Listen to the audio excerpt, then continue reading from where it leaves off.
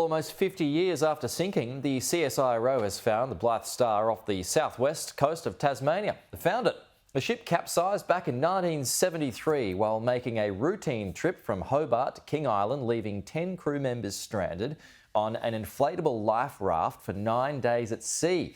Joining us live now, CSIRO Voyage Manager Ben Arthur. Ben, good morning to you. Thanks for your time this morning. Well done on the achievement. So how was the mystery solved?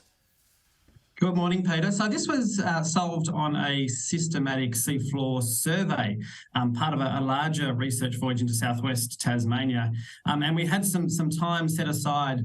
We had a hunch from some local fishing communities and a previous seafloor survey that identified an unidentified shipwreck on the seafloor. And there was a hunch that it may have been the Blythe Star. So we set aside around half a day to use some of the amazing systems that the RV investigator has on board to actually locate the shipwreck and be able to prove that it was in fact the Blythe Star, which had been missing for 50 years. So what condition is the shipwreck in? Remarkably good. You can see from the images there, it's sitting upright on the sea floor. The rear deck has partially collapsed and the very top wheelhouse is missing. But beyond that, the ship has survived remarkably well over the last 50 years. So for those who don't know, what was the Blythe Star and how did it sink? So it was a freight vessel taking freight from Hobart to King Island, and it sunk off the southwest coast of Tasmania very quickly.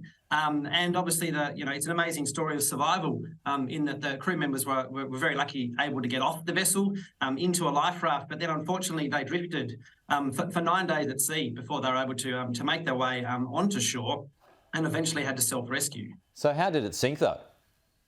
So it's still a little bit uncertain. There's a kind of understanding that it was heavily overloaded with cargo, and that was probably a contributing factor. But what we're hopeful for is that the footage that we've been able to collect, and you can see that now, will actually be passed on to maritime heritage agencies, and they will be able to, cast their expert's eye over it and be able to perhaps help solve that puzzle. So what do you do now, Ben? Do you raise it from the sea floor? No, so there'll be, I guess, all the relevant agencies have been informed. It's up to them now to decide whether this becomes a protected shipwreck site or not. And then, I guess, whether there's necessary protections that are put in place. But it's obviously a wonderful thing to be able to finally solve the mystery and to, I guess, give some closure to the families of the descendants whose loved ones we've, I guess, able to find their final resting. I love it. Well done. Ben, congratulations again. Appreciate your time this morning. Talk to you soon. Thanks, Peter.